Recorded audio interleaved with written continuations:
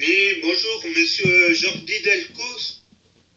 Oui, c'est ça. Oui, bonsoir, Florian Lavigne de la web radio Ville Lumière. Oui, bonjour. Bonjour. Donc, je vous remercie de nous accorder un peu de votre temps. Et donc, je suis avec mon collègue Christophe Mordra, également animateur de la web radio. Donc, nous avons quelques questions à vous poser sur votre actualité ainsi que l'actualité footballistique. Tout d'abord, j'aimerais revenir sur votre parcours. Donc, vous venez de National, vous avez évolué à Fréjus-Saint-Raphaël. Vous avez été élu étoile d'or France Football de National. Et depuis, vous évoluez à Arles-Avignon en Ligue 2. Est-ce que vous pouvez revenir un petit peu sur votre parcours, s'il vous plaît? Oui, bon, avant Fréjus, il y avait eu aussi Gap en national où j'ai fait une saison, au Gap HAFC où on s'est maintenu, mais où malheureusement le club a coulé financièrement en fait. Avant ça, il y avait eu aussi Cascarmo en national et avant Agde en CFA, CFA2 et CFA. Et avant, Perpignan, ma ville natale. Mais moi, là où vraiment ça a bien marché, c'est à Fréjus, où c'est vrai que j'ai terminé l'étoile d'or France Football. J'avais signé 2 ans quand j'arrivais de Gap, donc j'avais signé 2 ans. À la fin de la première année, j'avais eu quelques contacts. Mais étant donné qu'il me restait un an de contrat à Fréjus, j'avais été un peu bloqué par cette année-là, donc Fréjus demandait des sommes assez importantes, donc le transfert n'avait pas pu se faire. Et donc ensuite, je suis parti au mercato d'hiver à Avignon et voilà, tout se passe très bien. D'accord. Et pourtant, avant de choisir Arles, vous avez eu quelques touches, il me semble, dans des clubs, on va dire un peu plus renommés que sont Le Mans et Le Havre, il me semble. Et en fait, c'est un choix pour rester proche de votre famille vu que vous êtes de Perpignan. Ouais, je suis de Perpignan, non, après c'est vrai qu'il y avait eu des contacts, mais maintenant, rien de très concret. Il y avait aussi des contacts avec Lausanne, voilà, ça avait été un peu plus concret vu qu'il y avait une proposition de contrat, mais le transfert n'avait pas abouti. Maintenant, les discussions les plus avancées au mercato d'hiver étaient avec Arles Avignon par le biais de Fabrice Asensio, donc c'est pour ça que ça s'est fait. Et puis bon, c'est vrai que rester dans le sud, ça n'a pas, je vais pas dire que ça n'a pas tranché dans mon choix, mais c'est vrai que c'est toujours plus agréable de jouer peut-être dans le sud au soleil. Maintenant, non, c'est pas ça qui a fait que j'ai signé à Arles, c'est tout simplement que les discussions étaient très avancées avec Arles Avignon, et que pour le Havre ou le Mans, c'était plus des prises de contact qu'autre chose. Donc voilà pourquoi j'ai signé à Arles Avignon. D'accord. Donc vous évoluez au milieu de terrain donc, de cette équipe depuis l'année dernière. Et actuellement, le club, il est 9e de Ligue 2, à 3 points du 3e et 10 points du 17e. Et l'équipe, est-ce qu'elle rêve à une montée en Ligue 1 ou est-ce que c'est pas dans l'ordre du temps de penser à cela? Non, c'est tout simplement pas dans l'ordre du jour. Parce qu'on a je crois, le deuxième plus petit budget de Ligue 2. Quand le coach Dumas est arrivé, quand moi j'avais signé un mois avant, on était relégable. Donc il y a eu un travail, un gros travail de fait par le coach, par le staff et par l'équipe pour se sauver. Donc je parle de l'année dernière. Maintenant, cette année, on est reparti sur les mêmes bases avec le même groupe. On a 32 joueurs, on en a recruté quelques-uns. Donc l'équipe se connaît beaucoup mieux, les automatismes se sont créés. Et bon, c'est vrai que cette équipe-là, et quelques surprises. On a gagné Metz récemment. notamment le leader. Ça fait 3 mois qu'on est invaincu. Donc c'est vrai que tout se passe bien. Maintenant, parler de montée, non, c'est proscrit. Non, ça serait une bêtise de parler de montée. Voilà, le club est en train de se stabiliser, le club est en train de se structurer, donc c'est avant tout le maintien. On y arrive petit à petit. Je crois qu'on a 35 points. Je pense qu'ils seront aux alentours des 42 voire 43 points. Dès qu'on aura acquis cela, après on verra, mais parler de montée, non. Ça serait une bêtise. D'accord. Donc actuellement, vous êtes l'équipe qui possède la meilleure défense de Ligue 2, notamment avec le gardien Ludovic Butel qu'on recevra prochainement dans notre radio. Et en fait, est-ce que c'est vraiment un secteur de jeu que vous travaillez le plus à l'entraînement? Non, du tout. Je crois qu'on travaille plus offensivement que défensivement. Paradoxalement, maintenant, non, voilà, on sait qu'on a un très bon gardien avec Ludo, on sait que Gaël Givet a amené l'expérience derrière. Younes Abdelhamid fait une saison extraordinaire dans l'axe avec Gaël. On a 2 latéraux qui font une superbe saison, qui sont Fred Cantini et Arwan, notre capitaine, Quentin. Après, je pense que c'est toute l'équipe qui fait un gros travail défensif. Voilà, donc non, on est très content de ça, on en est très fiers, on aimerait rester invaincu à la maison et être la meilleure défense à la fin de ce championnat. C'est vrai que c'est un challenge en plus, mais non, on ne travaille pas plus la défense que l'attaque. Je crois qu'au contraire, on travaille plus offensivement, on travaille plus les enchaînements offensifs que défensivement. Maintenant, c'est tout le bloc équipe, en passant par les attaquants, en passant par les milieux, qui font aussi un gros travail, donc pourvu que ça dure. D'accord. Donc tout à l'heure, vous nous avez parlé que vous avez gagné contre le leader, donc le FC Metz, et j'imagine que c'était une réelle satisfaction, voire on va dire entre guillemets, le plus beau coup de cette année. Je ne sais pas si c'est le plus beau coup de cette année. Maintenant, on sait qu'à la maison, on est invaincu, on sait qu'on est une équipe qui est dure à jouer. Voilà, on est très costaud défensivement. On arrive à se créer des tâches offensivement et à marquer. Donc à la maison, c'est pas facile à jouer. Les équipes commencent à le savoir. Avant Metz, c'est 3 qui est venu, on a réussi à gagner 3-0. Là, on a réussi à gagner Metz. Voilà, on sait qu'à la maison, on n'est pas facile à jouer.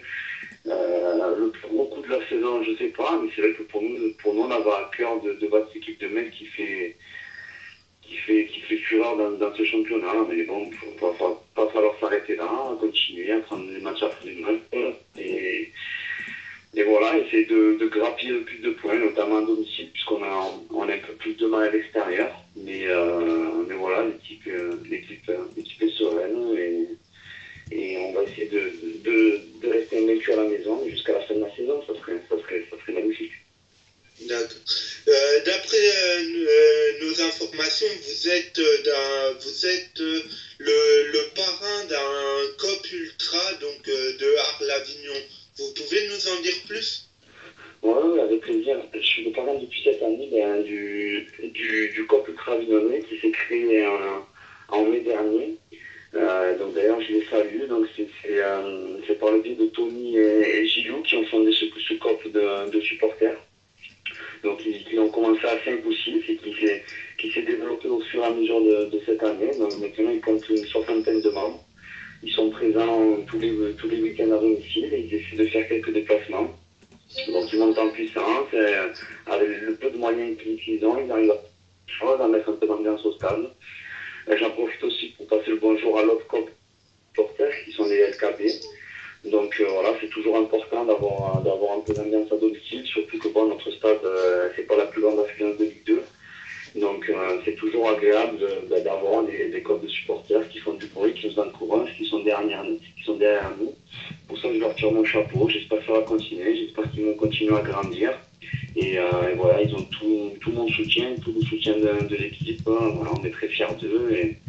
très heureux de compter sur eux pour la saison, quoi. Justement, en parlant du public, y a eu une affaire. Bon, bah, vous n'étiez pas encore au club. Je parle du temps que Arles était monté en Ligue 1. Il y avait une question on va dire, de pseudo-rivalité entre les supporters de Arles et les supporters de Marseille. Et aujourd'hui, est-ce qu'elle existe vraiment ou est-ce que c'est les médias qui ont voulu créer en quelque sorte une rivalité? Entre les supporters de Arles et de l'OM, Oui. ben, franchement, je ne peux pas vous dire, parce que les supporters de l'OM, ils viennent pas au stade. Ils sont au stade de l'Odrome, donc non. Non, je suis pas au courant de ça.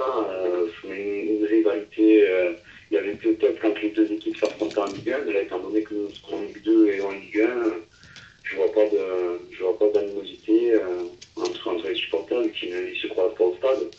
Donc c'est peut-être à l'époque où ils se rencontraient, mais là, ça n'est pas le cas. D'accord. Bah écoutez, Ouais. je vais vous passer mon collègue, donc Christophe Mordra, qui a des questions pour vous. D'accord. Bonsoir, monsieur Dacro. Bonjour, bonsoir. Je sais pas s'il y a des questions qui a été prises, pourquoi j'en avais marqué sur un papier. Donc, je ne sais pas si ça a été posé, je vais la poser quand même. Quel est l'objectif de la CA cette saison? Je vous entends très mal. Quel est l'objectif de la CA cette saison? Comme je viens d'expliquer à votre ami, l'objectif c'est le maintien. C'est le maintien tout simplement parce que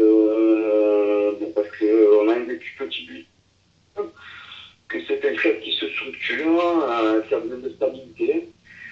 On fait une très belle, il ne faut pas se le cacher, voilà, on a mis le tableau, on a distancé les concurrents pour le maintien. On se rapproche de la première partie de tableau. Maintenant, les objectifs n'ont pas changé, c'est le maintien, c'est terminer la saison mieux que l'année dernière. L'année dernière, on avait terminé 11e, donc essayer toujours de faire mieux, donc terminer de la 11e à la 5e place, ça fait déjà magnifique. Donc l'objectif n'a pas changé. Il ne faut pas, comme je disais à votre ami, ça serait une bêtise de parler de monter en Ligue 1 parce que bon, le club a besoin de balles. On se rappelle le mot feuilleton de la montée en Ligue 1. L'équipe avait terminé dans le dernière de son championnat avec le plus petit nombre de points. Voilà, parce que c'est ce qu'on ne veut pas rééditer. Maintenant, c'est vrai que si par bonheur on arrive à accrocher les 3 premières places, notre président ne refuserait pas de monter, mais c'est clairement pas dans le goût du jour, quoi. C'est le maintien à tout bout. Continuer sur notre lancée. On est invaincu depuis 3 mois. Il faut que ça dure et continuer à grappiller des points, à jouer notre football et à stabiliser le club. Voilà. Oui, donc nous avons un problème avec Christophe. Apparemment, la connexion a été perdue. Donc, je vais reprendre la suite, si vous le voulez bien. Donc, oui, on parlait donc du club, de la défense, qui était la meilleure défense. Donc, vous nous expliquez que paradoxalement, c'est l'attaque que vous travaillez le plus. Là, sur les 2 derniers matchs, vous avez fait 2 matchs nuls.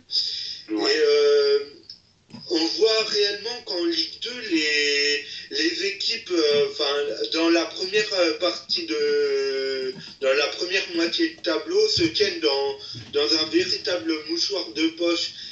Qu'est-ce que ont les autres clubs qui sont devant vous que vous n'avez pas? C'est difficile à dire. On sait que dans le championnat, chaque équipe peut battre chaque équipe. On a vu le CAB qui est dernier du championnat qui est allé s'imposer à Nancy, l'équipe en forme.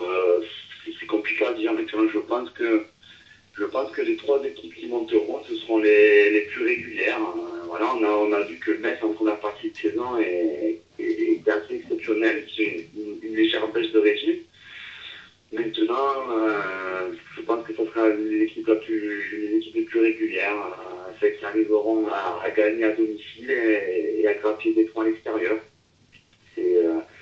C'est le cas de Lens qui est quand même une équipe solide, qui a des individualités intéressantes. Maintenant, c'est assez compliqué de savoir qui va monter parce que justement, il y a 10 équipes qui suivent à 5-6 points d'intervalle. Donc ça. Et maintenant, nous on sait que par rapport à ce qu'ils ont de plus que nous, c'est le budget. Ensuite on fait partie des plus petits budgets de Ligue 2 et bon, on peut voir que Lens a appelé plus d'argent qu'à la Madine, ça c'est certain. Maintenant c'est compliqué à dire. Parce que ça sera l'équipe la plus régulière qui arrivera à cocher les 3 premières places. D'accord. D'un point de vue personnel, depuis le début de saison, vous avez marqué 3 buts. Quel est pour vous le plus beau? Plus beau, je sais pas. Je sais pas parce qu'ils sont pas très beaux. C'est souvent le début dans la surface, donc le plus beau, hein, je dirais celui du Havre, même s'il n'est pas beau, mais il était important et c'était le premier match de la saison. C'est plutôt pour ça que pour sa beauté. Je sais que c'était sur un bel enchaînement entre Junior Dalé, Steven Sada et moi, donc je dirais le but contre le Havre. D'accord. Et quel est le plus grand souvenir de votre carrière? Le plus grand souvenir, c'est compliqué, vu que je dirais déjà la signature de mon premier contrat professionnel l'année dernière. C'était un rêve qui s'est réalisé, quelque chose qui s'est abouti. Donc c'est vrai que ça c'était magnifique pour moi. Et maintenant mon premier but aussi contre Auxerre, avec Aaron, ça serait un souvenir, même mon premier but en professionnel, ça serait un souvenir magnifique. Après dans les niveaux amateurs, j'ai cette saison en CFA2 où on est monté avec Aldo, je crois qu'on avait perdu qu'un match, on avait terminé premier, où on a essayé une saison exceptionnelle avec des joueurs comme El Azizi Yassine qui joue à Bastien, comme Olivier Calabig, tout ça, on a fait vraiment une saison exceptionnelle. Et on est monté, on a terminé premier. Ça reste un bon souvenir.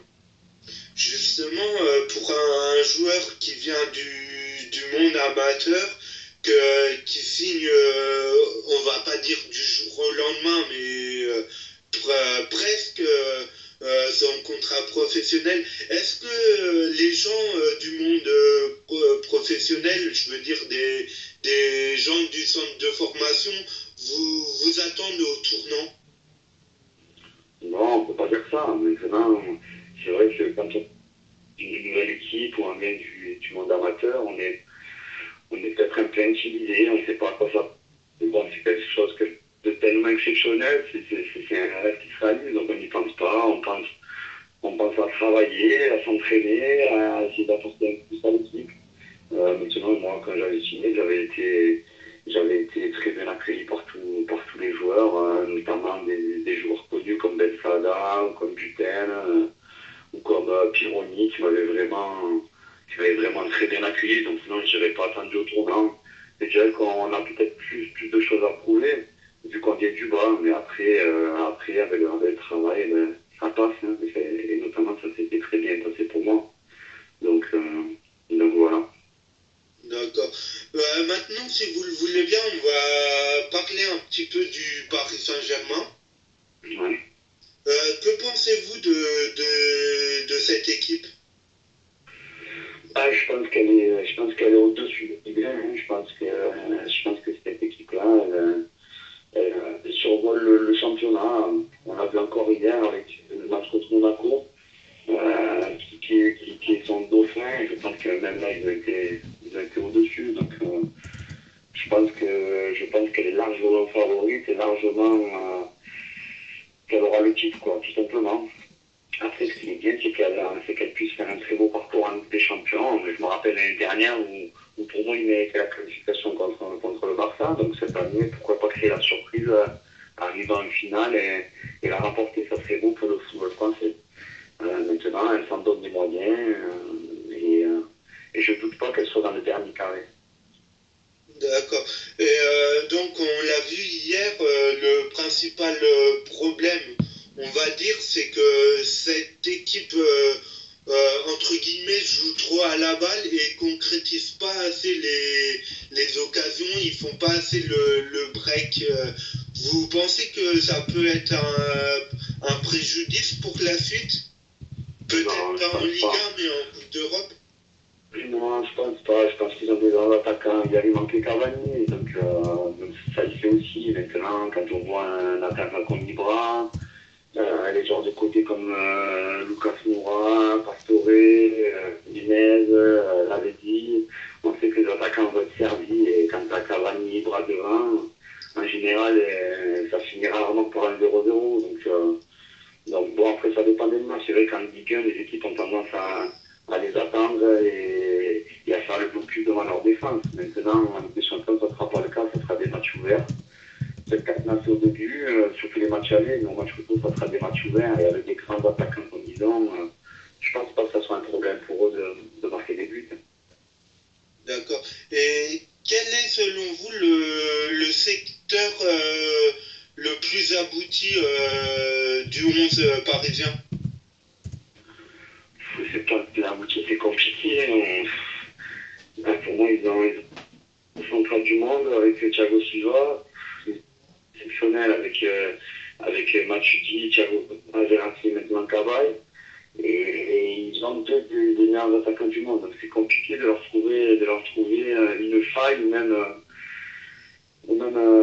des points positifs tellement il y en a. Maintenant, pour moi, c'est une milieu de terrain qui est vraiment impressionnant. Pour moi, Matuidi qui récupère tous les ballons, qui reçoit les ballons propres. Mota qui pareil, qui perd plein de ballons et il a le jeu poussé vers l'avant. Et Verratti qui pareil, c'est un futur Xavi, il perd plein de ballons et il ressort tous les ballons propres. Donc pour moi, le terrain est vraiment exceptionnel, quoi. Et avec l'entrée de Cabaye, ça va être encore mieux. Donc pour moi, ils ont un des milieux de terrain les meilleurs au monde, quoi. D'accord. Écoutez, on a retrouvé notre autre animateur, donc je vais vous repasser Christophe. Ok. Oui, j'ai eu une coupure tout à l'heure. Oui, ça arrive. Que pensez-vous du nouveau Paris Saint-Germain? Ouais. J'ai pas entendu. Que pensez-vous du nouveau Paris Saint-Germain? C'est ce que j'expliquais à votre collègue. Une équipe impressionnante, une équipe qui est sereine, qui est costaud défensivement. Comme je disais à votre ami, qui a un milieu de terrain vraiment incroyable avec trois joueurs incroyables qui commencent vraiment à se connaître par cœur. Ils sont vraiment très difficiles à jouer au milieu de terrain. Et puis une attaque de feu avec deux des meilleurs attaquants au monde qui sont Ibrahimovic et Cavani et avec des très bons joueurs de côté qui leur amènent les ballons. Donc une équipe impressionnante. Et comme je disais à votre confrère, ça ne m'étonnerait pas qu'elle finisse dans le dernier carré de la Ligue des Champions, voire qu'elle la remporte, parce que pour moi, elle est encore meilleure que l'année dernière. Elle est sereine, elle est structurée. Et moi, je pense qu'elle fait partie du top 5 des meilleures équipes européennes. Ah, d'accord, ouais, ça c'est vrai. Quel est votre joueur préféré du Paris Saint-Germain? Mon joueur préféré, Oui. joueur préféré, j'en ai pas, je dirais j'adore Thiago Silva derrière, c'est pour moi le meilleur défenseur central du monde. Matuidi au milieu de terrain, c'est un boulot exceptionnel. Ibrahimovic qui enchaîne but sur. J'adore Cavani qui est buteur, à côté de ça qui fait un gros travail défensif. Maintenant, le joueur qui ressort le plus de cette équipe, je dirais que c'est Ibra, parce qu'il nous met chaque semaine des buts exceptionnels. D'accord. Est-ce que le Paris Saint-Germain pourrait gagner les trois coupes, la Champions League, la coupe de la Ligue et l'autre championnat, je me rappelle plus du nom. Ben, pour moi, oui, c'est possible. Ils ont une grande équipe, ils ont du banc, et ils ont de l'argent. Donc, il y a tous les ingrédients pour faire une grande saison. Le championnat, je pense qu'il est plié. La Coupe de la Ligue contre Lyon, ils vont partir grand favori et pour moi, je pense qu'il a gagné. Le plus compliqué sera la Ligue des Champions.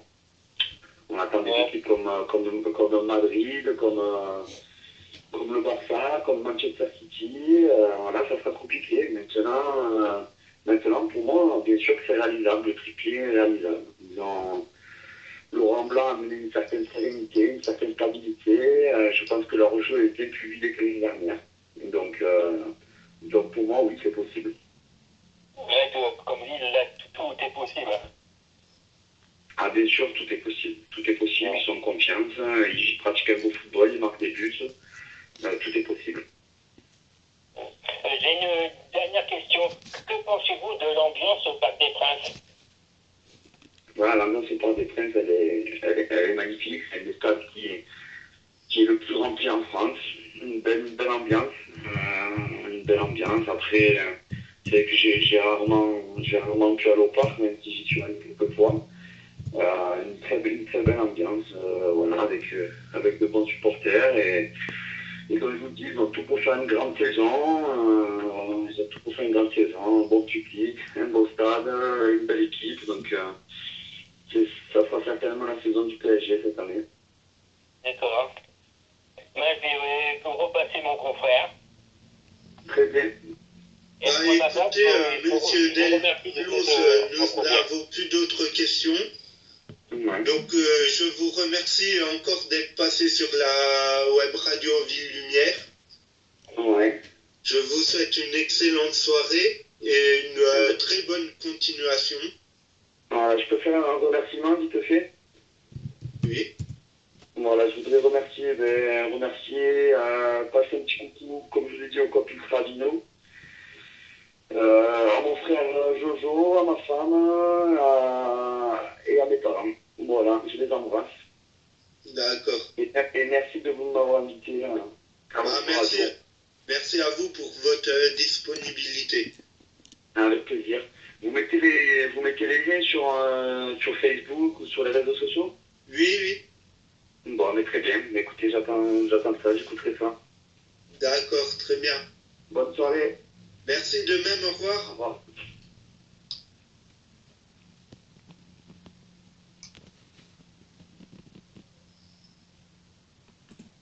Ça s'est bien passé.